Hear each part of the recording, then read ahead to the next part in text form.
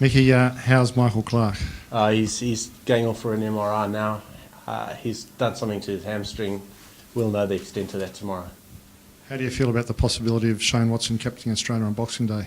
Yeah, look, it is a distinct possibility. I think it'll be a really good challenge for Shane. We'll learn a lot about Shane and we'll learn a lot about his leadership ability. I'm confident he'll come through that very, very well. So if it does materialise, it'll be a really good opportunity for him. You see some parallels with Adelaide here, going into the last day, you need the wickets, you're a bowler down. Surely in 90 odd overs, there's 8 balls that have got wickets on them. Similarities, I think the wicket's probably playing a little bit more deceptively now. I feel we're in a better shape in terms of our attack, simply because we've got Watto. We only had 2 bowlers and 2 quicks and Nathan in Adelaide. So yeah, similarities I guess are there, but full confidence that we've got an attack that has the ability to get those 8 wickets tomorrow. Mickey, Michael's obviously got quite a bit of tactical ability to use out there. How do you weigh up the value of that versus having him on the treatment table, I suppose, and trying to get him fit? He'll get all the treatment he needs. He'll certainly get that after hours tonight, and he'll get that tomorrow. He'll get that between breaks. I think you'll have to cut Michael's leg off for him not to be out there. He certainly wants to marshal the troops, and I think he certainly wants to be there. If hopefully sometime tomorrow we can clinch a win. Are you risking exacerbating the injury by being out there? Well, we don't know exactly the extent of the injury just yet, so we'll wait for the scan, and then once we got the scan, we'll be able to assess. Can you tell us when he sustained the injury, and did that have an influence on putting Wade out at 5? No, not at all. Wade was a tactical move to go and hit the ball, and we thought if Wade could get us a quick 30 there, it would just give us a little bit of impetus. And we wanted a left-hander because Herath obviously was the right-handers were finding it more difficult to play than the left-hander. So that was purely a tactical move. Michael did it when he was batting. Just towards the end of his innings, he chipped one over mid-wicket. And did it in the run there. So he did it when he was batting. There was no influence on Matty Wade going in earlier. Ben Hilfenhaus, do you have an update on him? Ben Hilfenhaus has a side injury. Certainly not a starter for Boxing Day, and we'll see after that. And just on Clark, if he doesn't come up for Boxing Day, who do you think could replace him in the batting order? And is Haddon a possibility at all? Look, we'll discuss that tonight. That batter, whoever it is, would have to be part of our extended squad, and there's possibilities. Haddon's one of them, Quiney's one of them, and certainly Usman Khawaja is very much in the frame. So, Alex Doolan's played well. So. We'll have those discussions tonight. Sort of no clarity just yet. Mickey, being a bowler down, were you encouraged with the apparent improvement in Mitch Starc for this innings compared to the first innings? Yeah, I thought Mitch was outstanding today. There was a little bit of reverse swing on offer. He has the ability to get it really full and swing it. So I thought he bowled well. I thought he bowled well in patches again in the first innings. But again, Mitch is a developing bowler. He's been on a journey for a year with us where we've allowed him some time in England. We've developed him as best we could, and he's just improving all the time. So I was really excited by what I saw today. With the original Mitch, what's his dance card looking like up to the Boxing Day test? What have you got him doing? Mitchell Johnson. Yeah, Mitchell at the moment is back in Perth. We'll assess tomorrow the extent of all our players. We'll then have a look at how that impacts on their BBL. Mitchell has got a training program. Mitchell is bowling in Perth at the moment, so he's doing his training out there. Mickey, were you looking at something more than a 394 target? No, not at all.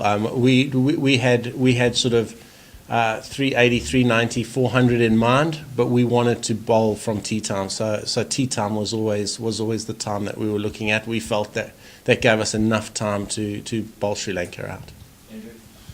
Mickey, is there any chance that should Michael be ruled out, that the captain could come from outside the current 11 and not be shown? No, to be honest, I don't think so. And again, I'm only talking as one of five on a panel because we haven't had any discussion around that. I wouldn't have thought. I think it would be an ideal opportunity for Shane Watson to captain if Michael's ruled out. Nicky, is Peter Siddle got an ending again to go another long half day like he did in Adelaide? Yeah, look, I hope so. And how's he feeling? Because Adelaide knocked him around, obviously, when he had to. Adelaide knocked him around, and I think, you know, who knows? We're trying to manage as best we possibly can, and I think we'll see the benefits, hopefully, of Sid's not playing in Perth. Hopefully tomorrow, you know, if we can bowl Sri Lanka out and get the win, I think that, you know, we would have hopefully had the fruits of Sid's not playing in Perth. Sids couldn't have played in Perth. It was as simple as that. You know, as much as we would have loved to have Sids on the field, it was a grand final for us. It just was physically impossible. I know it's sort of been overshadowed for the day, but at the start of the day saw a century partnership from Warner and Cowan. How do you sort of see their partnership going at the top of the order, and are you more sort of optimistic now that that'll be continuing into India and beyond? Yeah, look, I am. I'd be lying if I didn't say that. I'm really hoping that our top three blossom from here on in. You know, we need a solid top three. You need any Test team needs a solid top three. And I've been really impressed by the performances this Test match. So I just hope they can go from strength to strength because it settles the top six for us, and that's really important for us to get that top six nice and settled. Yeah.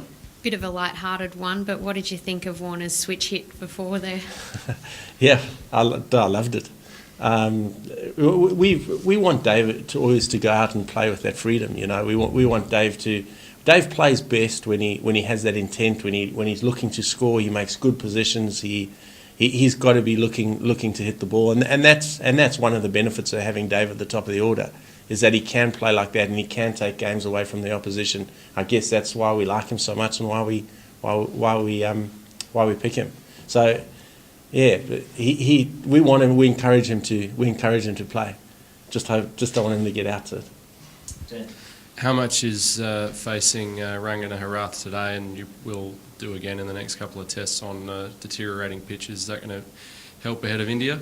Yeah, look, I think it will. He's a quality performer, and I think he's shown it this year. He's got a phenomenal record this year. So, yeah, hopefully that goes some way to giving us a little snippet, I guess, of playing Odja or Jadeja, whoever it is in India.